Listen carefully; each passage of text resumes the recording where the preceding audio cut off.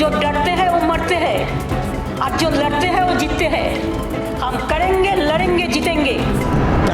Time magazine সারা পৃথিবীতে 100 জন মেয়েকে বেঁচেছিল, তার মধ্যে একজন হচ্ছে মমতা বন্দ্যোপাধ্যায়কে। এই কারণে খুব ভালো লাগে যে গুণী মানুষকে সম্মান দিতে জানে। পল্লী অঞ্চলে যে সমস্ত শিল্পীরা থাকেন সেই সমস্ত শিল্পীদের খুঁজে খুঁজে এনে পুরস্কার দেওয়া। মমতা বন্দ্যোপাধ্যায়ের সবচেয়ে বড় যেটা গুণ সেটা হচ্ছে সে তার অসম্ভব বাংলা প্রীতি। বাংলাকে সে ভীষণ ভালোবাসে। পশ্চিমবঙ্গ প্রাণের জিনিস। একা একটা মানুষ বামফ্রন্টের বিরুদ্ধে লড়াই করছে, একা।